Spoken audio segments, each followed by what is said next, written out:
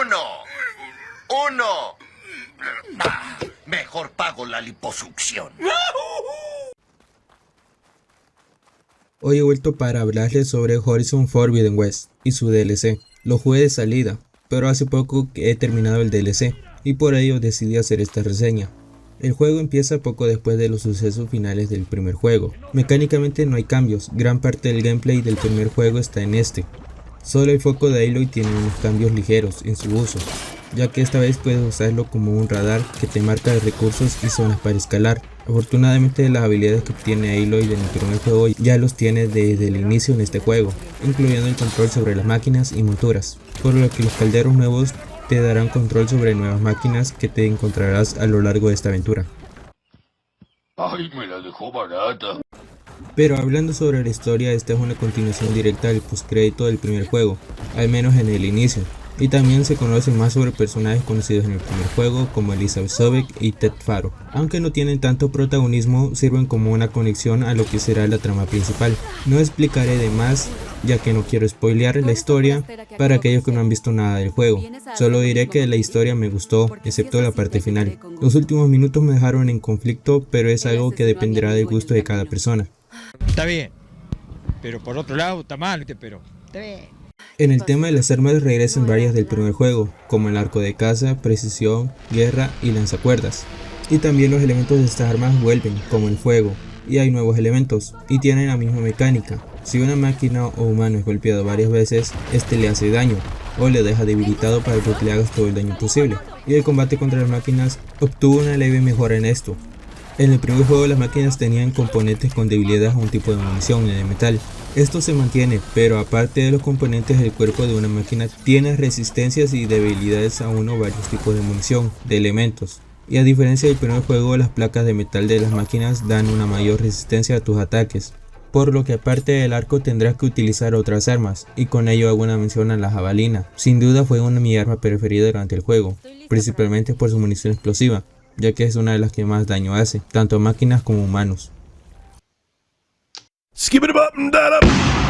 Pero hay algo negativo para mi gusto respecto a la munición de las armas. Como mencioné, esta mecánica de elementos ya estaba en el primer juego, y podías tener diferentes tipos de munición entre los diferentes tipos de arcos que llevaras equipados. Pero en este juego los tipos de munición elemental aumentan considerablemente y a lo largo del juego encontrarás muchos arcos, todos con munición muy distinta entre ellos. Hay algunos que pueden tener una flecha que es de fuego y otra de fuego mejorada y una de hielo, y así muchos otros arcos. El problema respecto a esto es que cuando mejoras un arco no mejora la munición que este puede usar, sino que solo esos arcos en específico, y aunque tengas el arco al máximo, solo te deja usar la munición básica y no la mejorada, y todos te limitan a tener ese tipo de munición en concreto. A diferencia del primer juego, que te podías equipar los mejores arcos y con cada uno podías llevar diferentes tipos de munición, en este juego te ves limitado a llevar un arco con poca variedad de munición, y es algo que te afectará negativamente, ya que pelearás con muchas máquinas y con diferentes tipos de debilidades. Y si tú mejoras un arco que lleva fuego mejorado, al momento que te enfrentes a una que tenga resistencia a ese elemento se te dificultará la pelea, y esto se aplica a todas las otras armas. Me parece más negativo que haya tanto tipo de munición, pero las armas estén limitadas a usar ese tipo en específico, al menos en este juego. Para una tercera entrega de este IP me gustaría que dejaran de elegir el tipo de munición o que se reduzca la cantidad de munición elemental de las armas. Y algo que para mí sigue siendo malo o deficiente es el combate melee. En este juego ya hay varios tipos de combos que puedes hacer. Algunos de estos los debes de desbloquear en el árbol de habilidades, y hay una arena de combate donde las puedes poner en práctica. Durante la historia y en algunas actividades que encontrarás por el mapa te enfrentarás contra humanos. Estos en su mayoría te atacarán con armas melee. Esto prácticamente por una facción antagonista que te enfrentarás durante gran parte del juego. Para mí es un problema justamente esta facción, ya que a nivel lore y gameplay su combate es mayormente cuerpo a cuerpo, y que Aloy no tenga un sistema de combate melee más elaborado me resultó negativo. Por ejemplo, Aloy solo puede evitar ataques melee esquivando, pero cuando tú atacas enemigos estos pueden esquivar y también pueden bloquear tus ataques con sus armas y escudos, algo que tú no puedes hacer con Aloy. Y me parece malo esto, ya que comparado con el primer juego donde la mayoría de enemigos humanos atacaban con armas a distancia y eran pocos los que atacaban cuerpo a cuerpo, tenía sentido en el combate melee de Aloy no estuviera muy desarrollado, algo muy contrario a Forbidden West. Incluso hay un boss humano principal que te atacará cuerpo a cuerpo, y por ello cosas como no poder bloquear o no poder mejorar el daño de la lanza a la larga resultan poco divertidos estos combates. Todo lo contrario, el combate a distancia, principalmente cuando te enfrentas a máquinas. Estoy feliz y enojado. Ahora, pasando a hablar un poco sobre la exploración del mapa de entrada, les puedo decir que es mucho más grande que el mapa del primer juego. Sin embargo, no será explorable todo desde el inicio.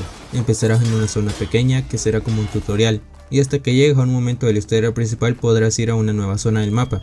Y este será el ritmo del juego durante una parte de la historia principal. Luego ya tendrás todo el mapa disponible para explorar. En el mapa habrá una niebla de guerra, y por las zonas que avances se te irá revelando el mapa y poniendo marcadores, y también vuelven los cuellelargos que cumplen la función de atalaya. Por el mapa tendrás muchas misiones secundarias, terrenos de caza, mercaderes, coleccionables, calderos. Debo mencionar que su exploración no es tan inmersiva como la de un Red Dead Redemption 2, que básicamente en lugares del mapa al que vas descubres una actividad nueva. Forbidden West no es ese tipo de juego. Este te dará una experiencia más guiada, y habrá alguno que esto no le gustará y otros que sí les gusta. A mí personalmente me gustó en este juego, pero esto es un aspecto que es según el gusto de cada persona. But I won't give up. He's lost. This is really worrying me. Gavin! Y los gráficos, algo que realmente debo destacar que algunos medios como Digital Foundry han confirmado en este juego, es que es uno de los mundos abiertos con uno de los apartados visuales realistas más potentes, tanto en escenarios, modelados de personajes y máquinas. Pero destaco que hablo de la versión de PlayStation 5, que tiene la opción de jugar a 4K y 30 FPS y una opción de 60 FPS pero menor resolución. No he jugado la versión de PlayStation 4, por lo que me abstengo de decir algo a favor respecto a los gráficos de esa versión. Lo más negativo para algunos sería que se puede jugar solo a 30 FPS en PlayStation 4. El 21 de marzo de 2024 saldrá una nueva versión de este juego para PC, por lo que les recomiendo que busquen un medio de su confianza para que puedan ver qué tal estarán los rendimientos y las exigencias de hardware para esa versión de PC.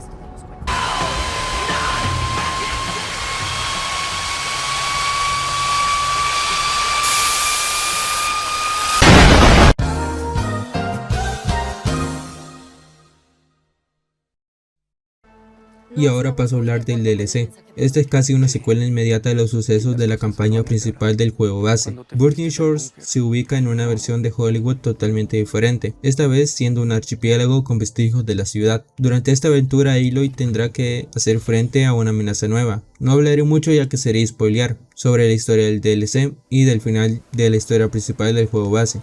Solo diré que hace más sentido y da una mejor perspectiva sobre futuras amenazas para un tercer juego, y personalmente me gustó.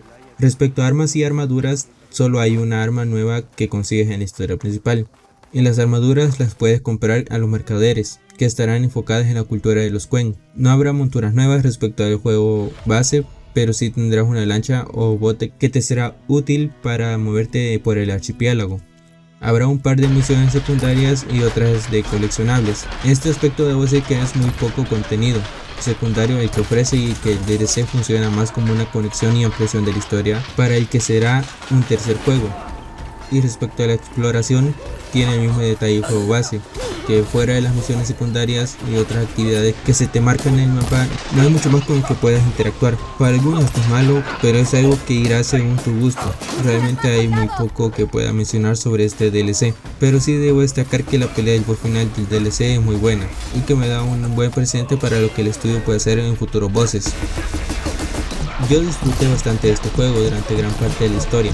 Fue la parte final que ya me dejó con una opinión un poco negativa, pero esto es algo que medio arregla el DLC, con algunas explicaciones que dio. A mí que el mundo fuera más guiado no me disgustó, pero tampoco me encantó. Pero tanto en la historia y la exploración es algo que será de gusto de cada persona. ¿Tú qué dices, Morris? 50-50. Como puntos positivos destaco el apartado visual. Sin duda es una de las cosas que más destaca durante las cinemáticas como el gameplay, y que el juego tenga la opción de 60 FPS y que aún así se vea muy bien es un puntazo, no como otros que no pueden. Entrenar es mi vida. Recuerdo cuando era un alfeñique como aquel pequeñuelo. ¿Quién, yo?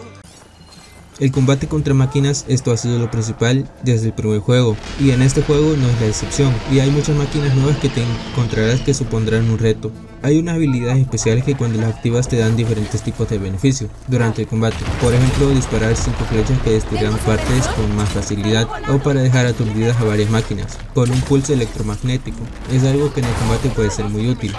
Otro punto serían las misiones secundarias. Cuando llegas a la primera sección del mapa puedes encontrar misiones donde conoces a personajes terciarios o secundarios que tienen problemáticas o tramas un poco alejadas de la misión principal. Estas terminan siendo una serie de misiones que te dejan conocer más sobre culturas como los Tenaka y algunas de sus costumbres, o sobre conflictos pasados como los asaltos rojos de los Karja.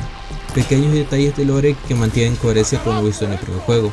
Y como puntos negativos está el combate melee. Como dije durante la reseña, me parece malo que en un juego donde muchos enemigos humanos durante la historia principal combaten cuerpo a cuerpo contra Aloy, que no se hayan hecho mejoras en habilidades de combate cuerpo a cuerpo me parece un error, y espero que para un futuro juego esto mejore. Otra cosa sería el contenido secundario. Con esto me refiero a actividades como los terrenos de caza y otros que encontrarás por el mundo abierto. Para mí fue decepcionante que en este juego no se recompense por hacer las actividades como en el primer juego. Por ejemplo, en el primer juego, cuando cumplías los retos de los terrenos de caza con una calificación de 1 sol, ibas a la logia de cazadores y podías canjear una cantidad de soles por un arma especial que era de las mejores que había en el juego. Y cuando completabas todas, ganabas un trofeo y se desbloqueaba una misión con un boss especial. Y al final de eso te van un cañón que solo podías conseguir en la logia de cazadores, al hacer todo lo antes mencionado. Y todo esto se perdió por completo, y se limitaron solo a unas peleas de arena. Entiendo que alguno no esté de acuerdo con mi opinión en este punto, pero es algo que menciono debido a que a mí me decepcionó mucho esto. La realidad con frecuencia es decepcionante. Otra cosa es la munición elemental. Me resultó contraproducente que haya una gran cantidad de tipos de munición, pero que sean limitados por las armas. Que solo armas en específico pueden usar munición mejorada y no vaya en función de las mejoras que les haces a las armas fue una pésima decisión, al menos para mí.